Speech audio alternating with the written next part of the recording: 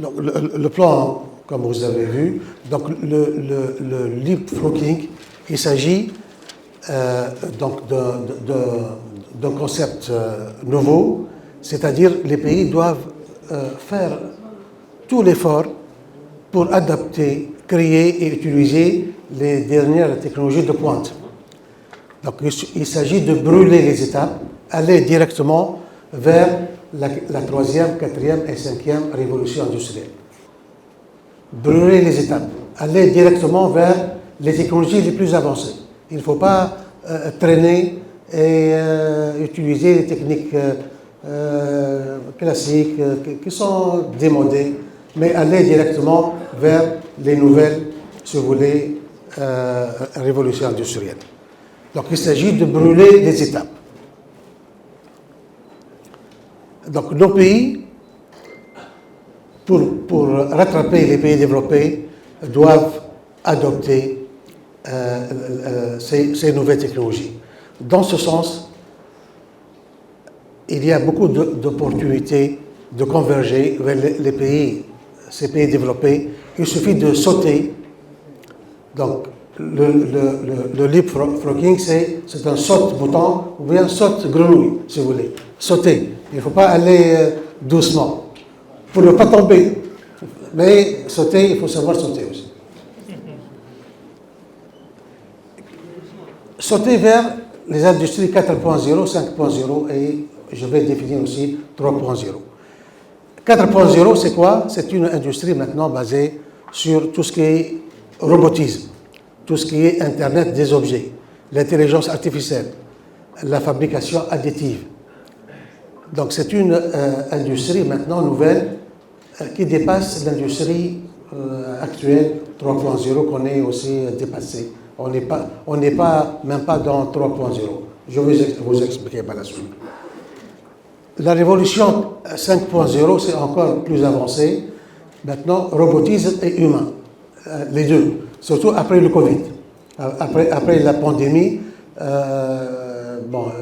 les ingénieurs, les économistes se sont rendus compte que la pandémie pourrait causer des problèmes à l'industrie 4.0, d'où l'industrie 5.0 où l'intervention de l'humain a été aussi adoptée. Depuis les années 50, 1750, comme vous savez bien, il y a eu la première révolution industrielle. Aujourd'hui, on est au milieu de la troisième révolution industrielle. Comme vous savez bien, à chaque révolution, il y a une rupture importante.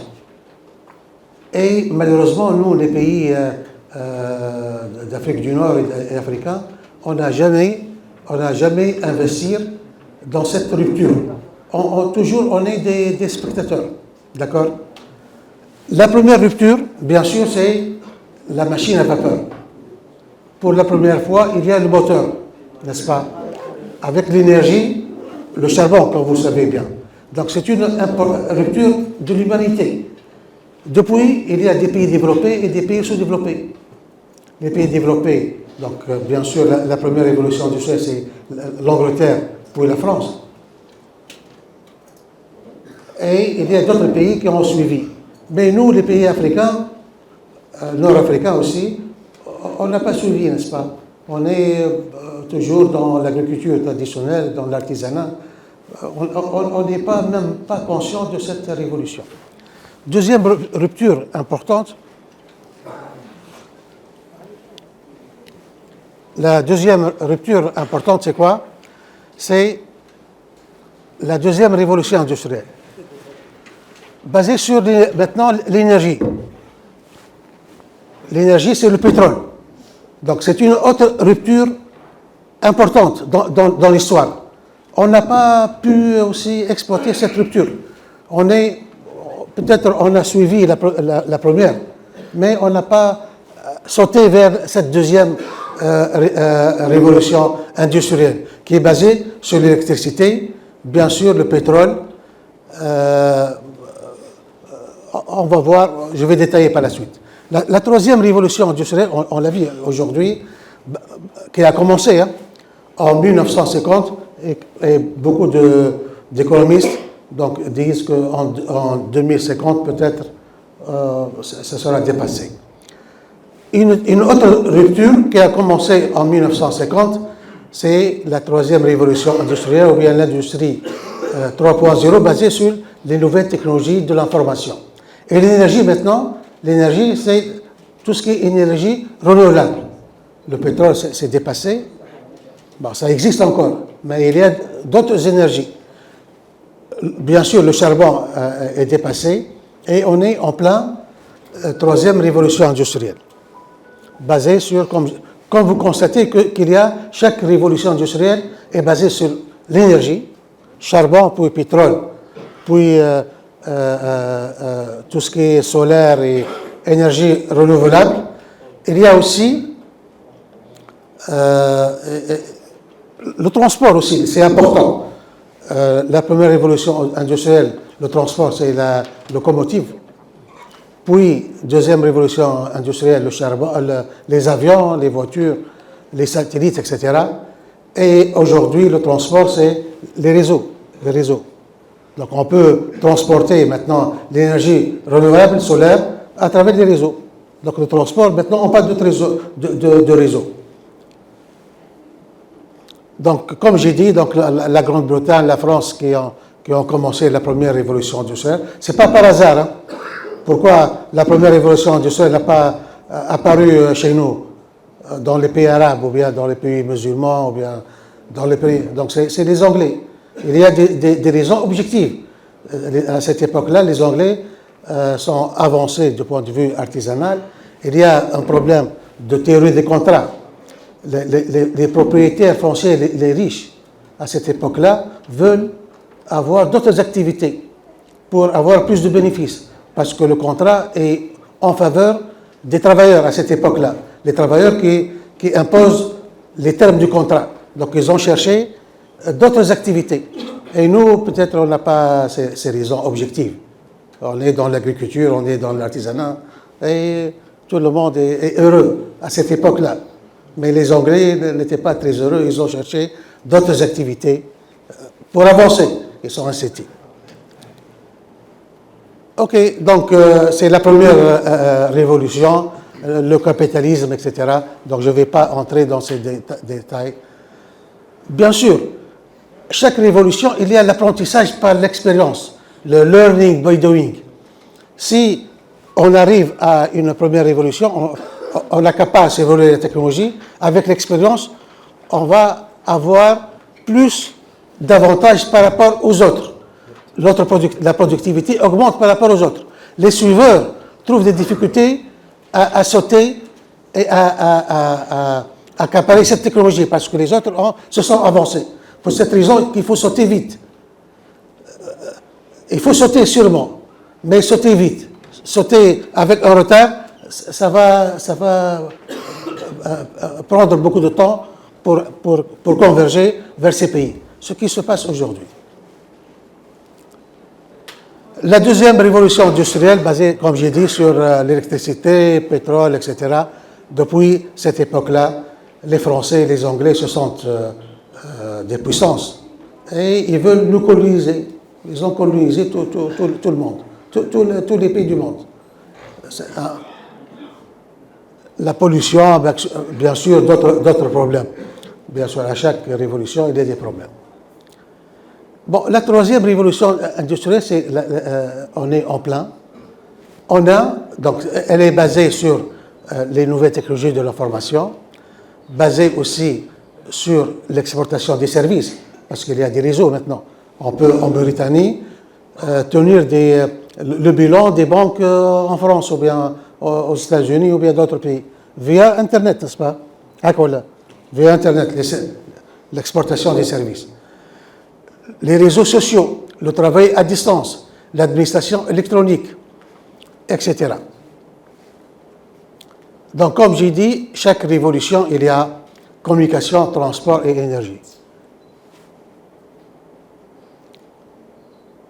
Les trois piliers, si vous voulez, de la troisième révolution industrielle, c'est l'énergie renouvelable, solaire, éolienne, hydraulique, etc.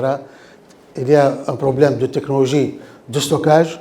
Jusqu'à présent, tous les pays cherchent à avoir une technologie de stockage efficace et efficiente. Les chercheurs travaillent sur ces questions jusqu'à aujourd'hui. D'accord. Un centre de recherche qui trouve comment stocker cette énergie, ce centre sera leader dans le monde et sera le plus riche. On a des opportunités, mais bien sûr, il y a le réseau électrique intelligent. Comment passer donc, cette énergie renouvelable via réseau et on peut l'exporter.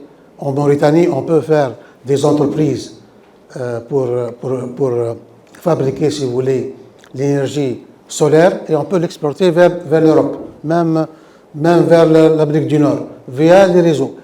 Et c'est possible, et c'est l'avenir.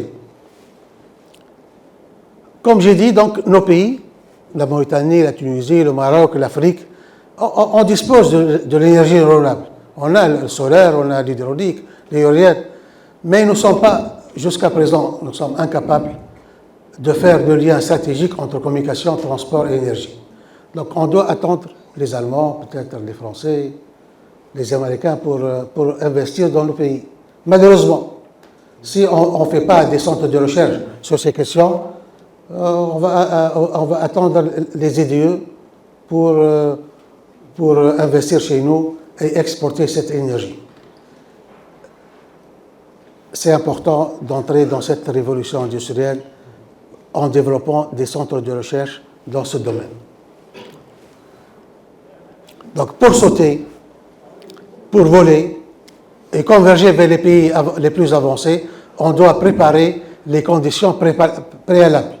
Donc, on doit se préparer. Il y a des conditions pour sauter, pour accaparer les nouvelles technologies. Donc, il y a des conditions préalables. On va les discuter ensemble. Parmi ces conditions, il faut avoir des capacités technologiques développées, un capital humain de qualité et des centres de recherche de pointe. En l'absence de telles conditions, on risque de tomber au sol et diverger. Quelles sont les conditions préalables? En premier lieu, bien sûr, le capital humain de qualité.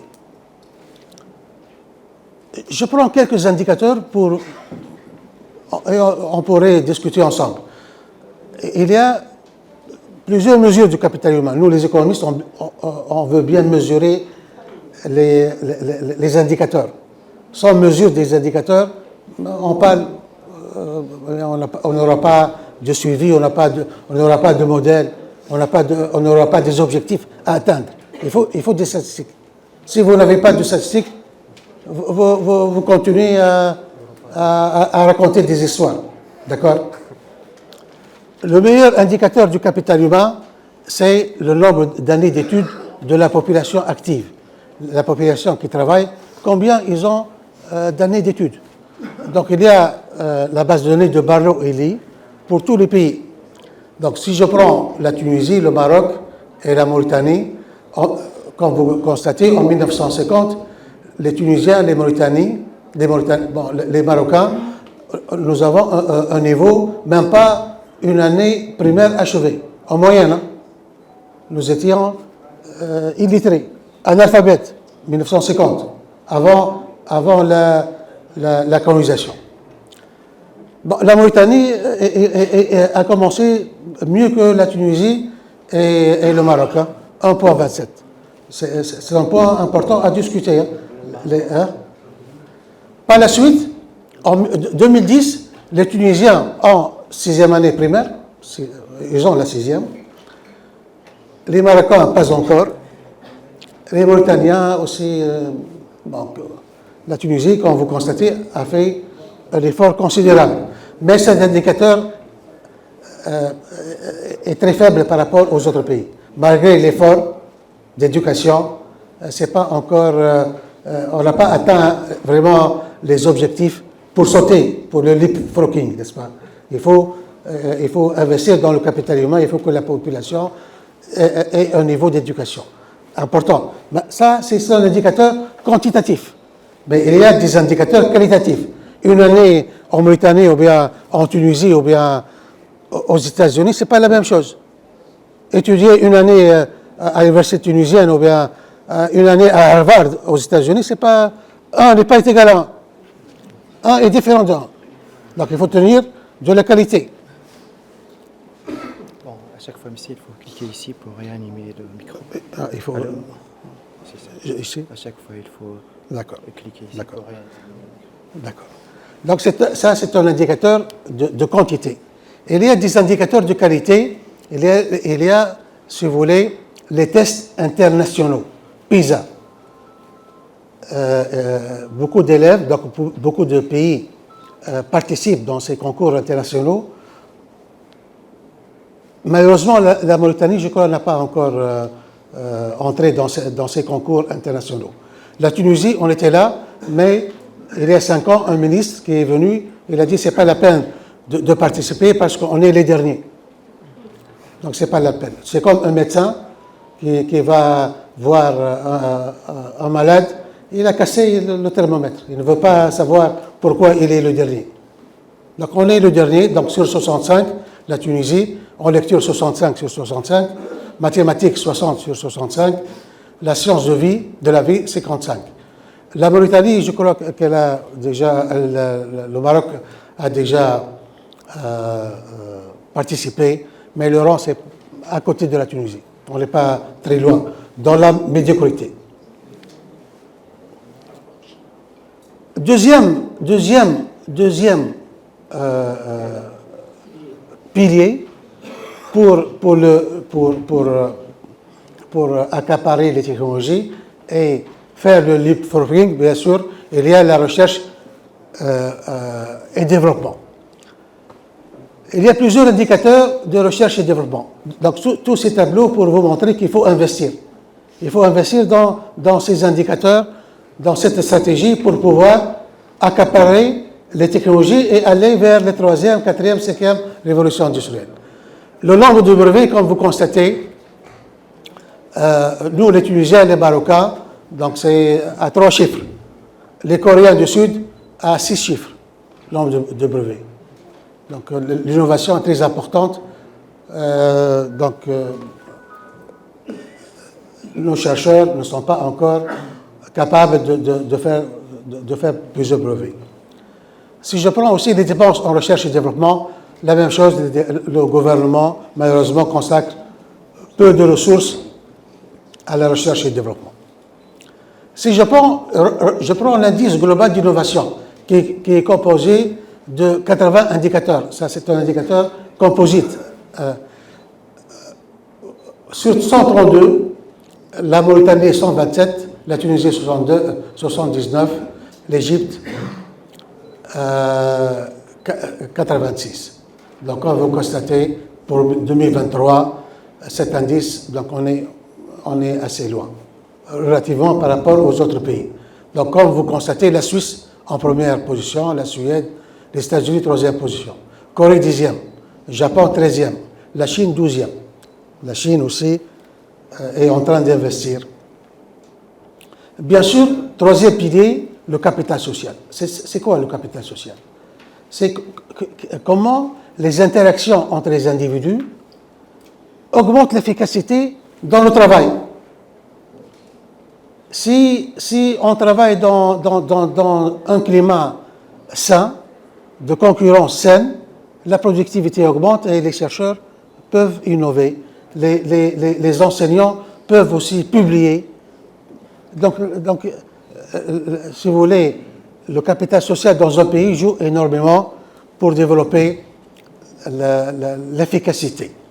Donc, il y a la qualité des institutions, comme a dit Mme Fatima, la gouvernance, d'accord? Il y a plusieurs indicateurs. Il y a l'indicateur de Kaufmann de la Banque mondiale, 6 indicateurs, la participation des citoyens et responsabilisation, stabilité politique, efficacité des pouvoirs publics, poids de la réglementation, état de droit, etc. Donc c'est un indicateur aussi composite. Et quand vous constatez que la Tunisie et le Maroc, donc cet indicateur entre moins 2,5 et plus 2,5. Lorsqu'on est dans le négatif, c'est-à-dire il y a la mauvaise gouvernance.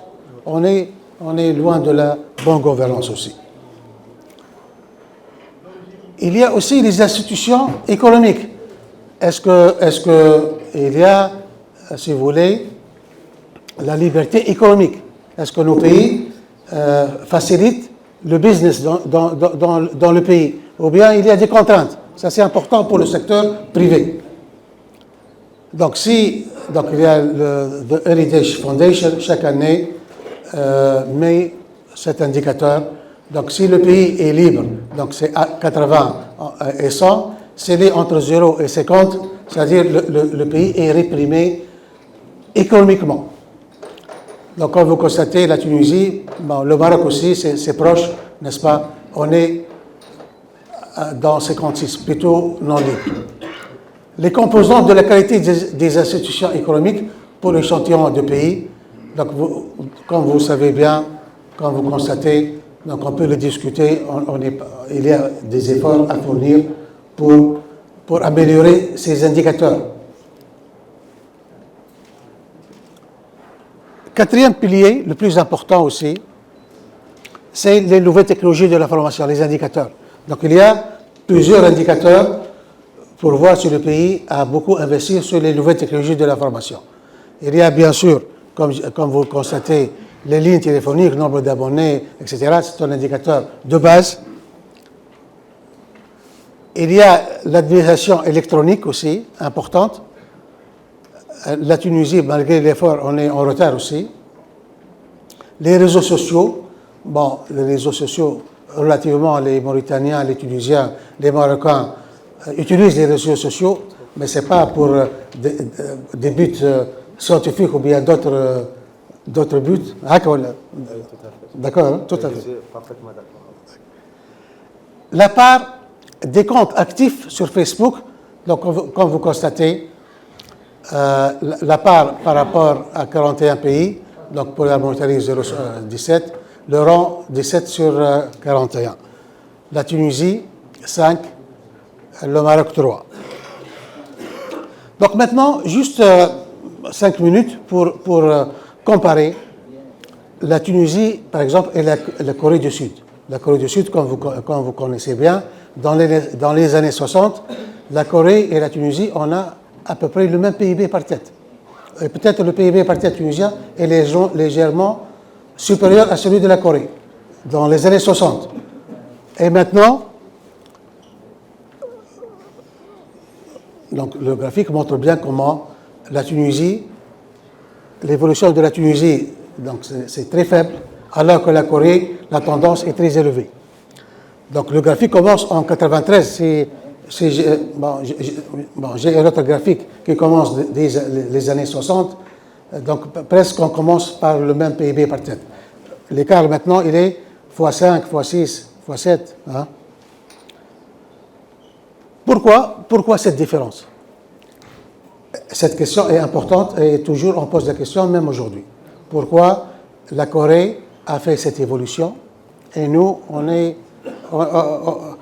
on marche comme la tortue et eux comme le lapin. Hein. Nous, en Tunisie, dans les années 60, on a choisi malheureusement la sous-traitance. Alors que les pays d'Afrique du Sud ont choisi l'imitation et l'innovation. Ils ont compris qu'il faut faire la stratégie de leapfrogging dès les années 60.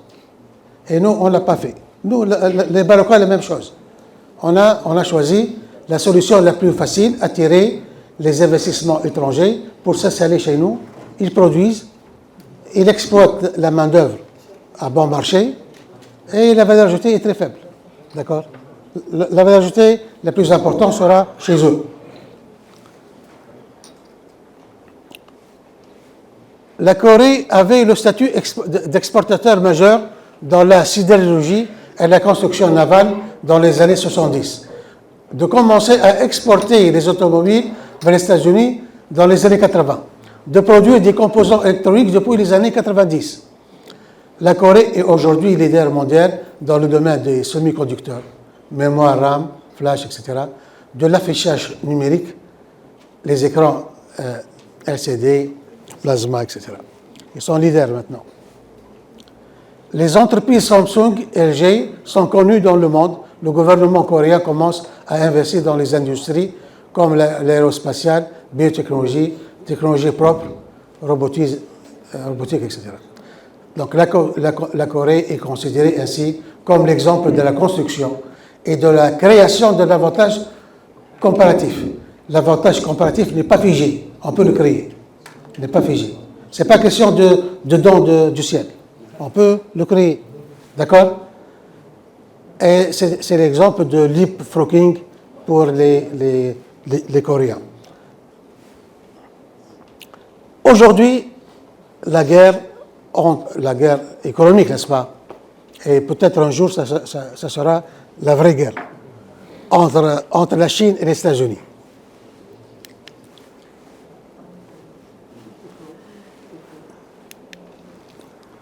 Ok, désolé. Les semi-conducteurs déterminent l'avance technologique dans de nombreux domaines suivants. Donc les ordinateurs, serveurs, centres de données, téléphones portables, satellites, réseaux de communication 5G et 6G, industrie de défense, en particulier missiles et cybersécurité, systèmes d'intelligence artificielle. C'est ça la guerre entre la Chine et les Américains. Et nous, on est encore dans... Hein? OK. Actuellement, on est en présence d'une grande bataille des semi-conducteurs entre la Chine et les États-Unis. Les leaders mondiaux des microprocesseurs TSMC à Taïwan et Samsung en Corée du Sud, en collaboration avec les entreprises américaines, sont les seuls à produire à grande échelle les microprocesseurs ayant une finesse de gravure de 3 nanomètres. Chaque composante clé de cette industrie constitue un défi pour les entreprises chinoises. Le leader chinois, SMIC, maîtrise les processus, mais a des difficultés à rattraper le retard avec les entreprises américaines et européennes. Le leapfrogging de la Chine dans ce domaine pourrait basculer ce pays vers la position de leader mondial et on sera en présence de la genèse de l'empire chinois dominant et le déclin de l'empire américain. Nos pays doivent investir dans ce domaine pour absorber cette technologie. Et je vous remercie.